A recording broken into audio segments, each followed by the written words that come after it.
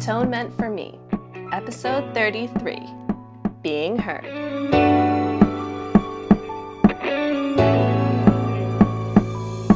Hey Magical Misfits, it's Kaidain Ivy, and welcome back to Atonement for Me. So, last week we were talking a little bit about how hard it was to find my voice. And this kind of goes hand in hand with last week, in that being heard is the reason you have a voice. And sometimes they're not synonymous.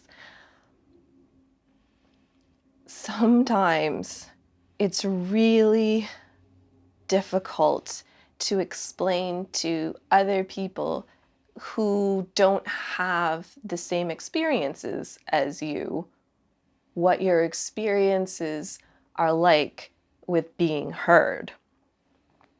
For example, as a child, as a girl in the 90s, let's just say, showing too much opinion is not a good thing. It's bossy. It's unladylike. It's abrasive. You rub people the wrong way. And then you grow up further from that. And you start to be a little bit more aware of the world and your surroundings. And me becoming a little bit more self-aware, noticing that people are making these faces at me.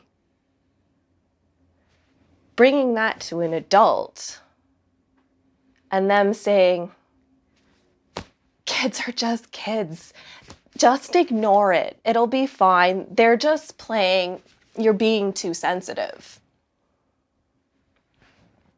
That mentality growing up is the exact same thing that I'm hearing all the time over change that is currently happening.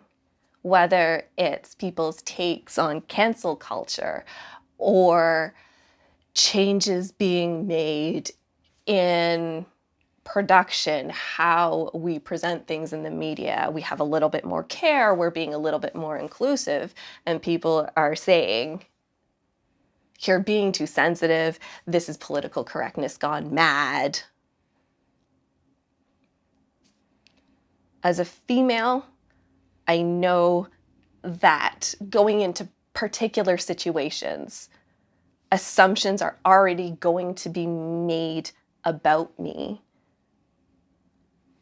regardless of my resume to be there or my qualifications to be there. Also, being a person of color, that stacks onto that. And that adds mufflers to what I have to say to people. So now I have opinions. Now I have boundaries. How do I have those come across through those muffled layers?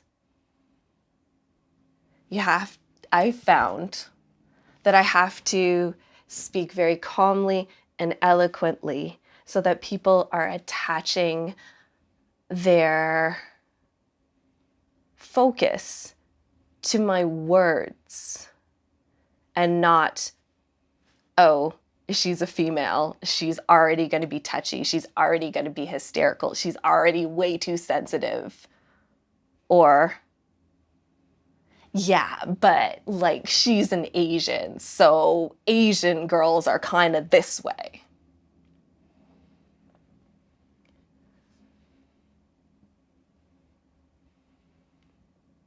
We're censored in a different way. And it's not an all-out ban of, you can't say this. People in my position are being censored in a way that is more psychological. People don't hear the words that you have to say because of the person you are. How do you get other people to hear you if this is what you're presented with? Way back, like pre-COVID, Israel asked me to be on the Blackout podcast, and that's how I met him. And we were chatting, and then afterwards, he came to me and he said, "You have a lot of really interesting things to say." That was really surprising to me, first off. And then what he said next was, "What would you do if I gave you a platform to say what you need to say?" The first thing I said to him was, "What are you talking about? What do you mean?" And he said, like, if you had a podcast and you could just talk about anything and see where that goes. And the first thing in my head is, why are people going to listen to me? I know I have a voice, and that's for me, but the voice that I had extended after finding my voice was more in subtle ways. It was through my designs. It was through the artwork that I'd projected to other people. I was using a different medium to have a voice. And now somebody was giving me an actual platform for my actual voice. And that wasn't something that I had even considered or really knew what that meant.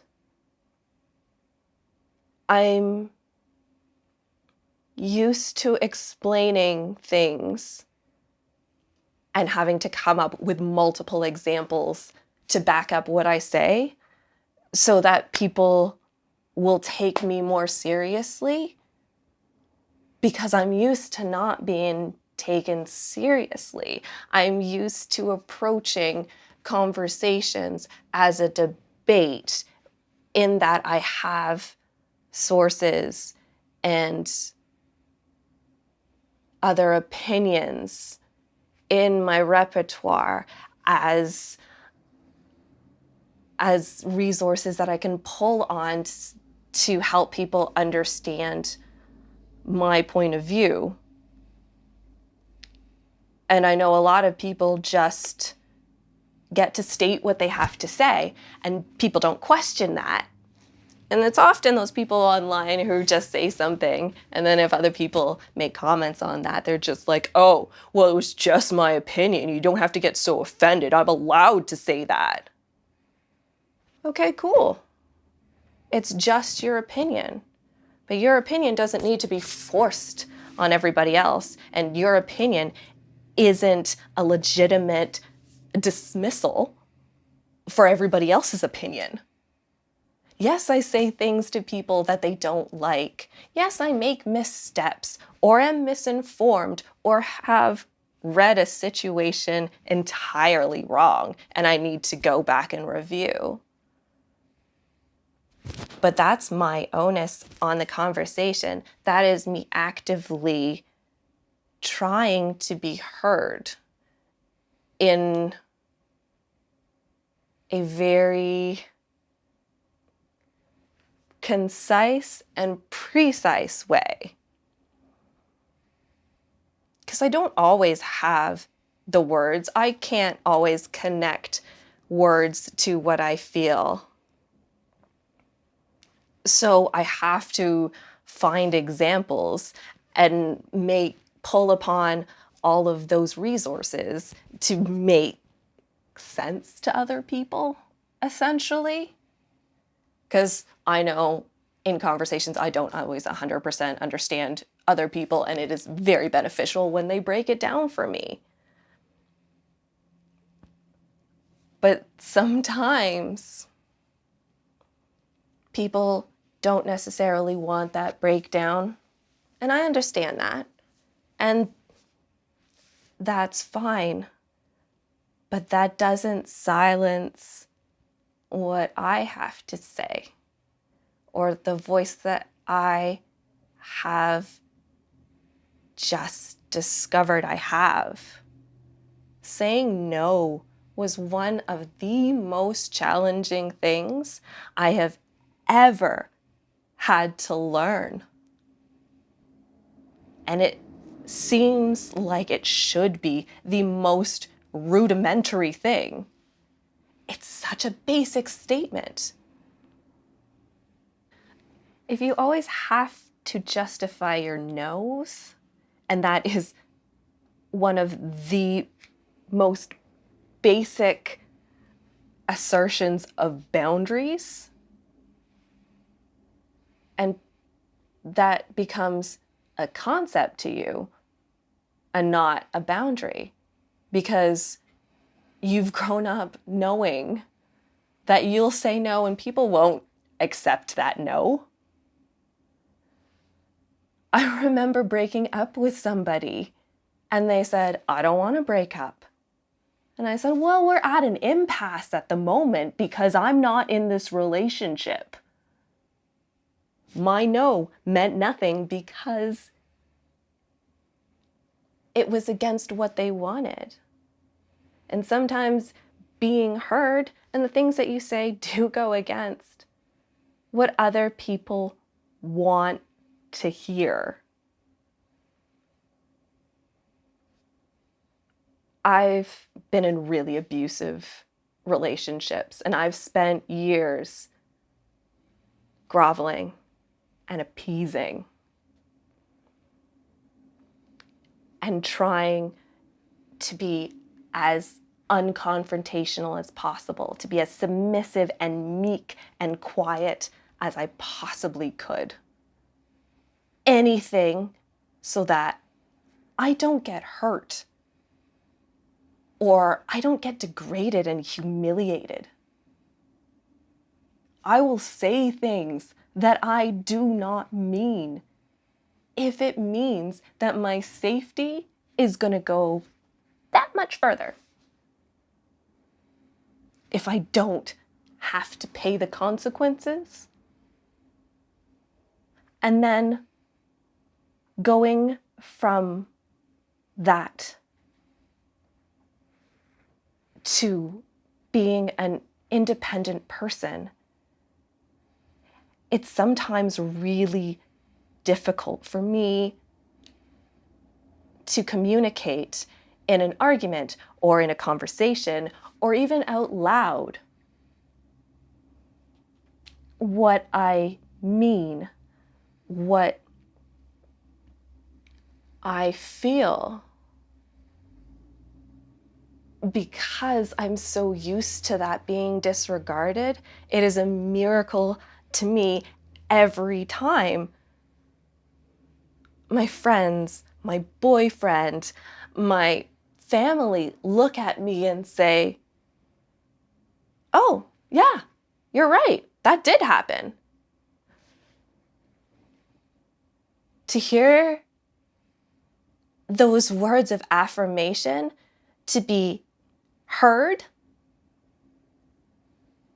I can't even describe what that means to me,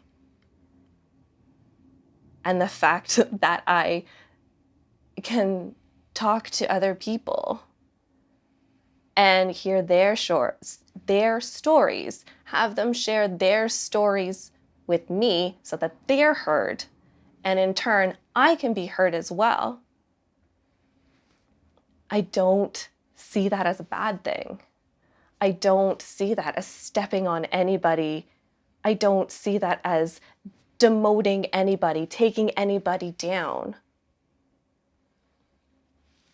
I would prefer, and I actively seek to be more inclusive so I can hear more of the other people's point of views and stories and life experiences, and theirs enhance my own. And that's just the tea.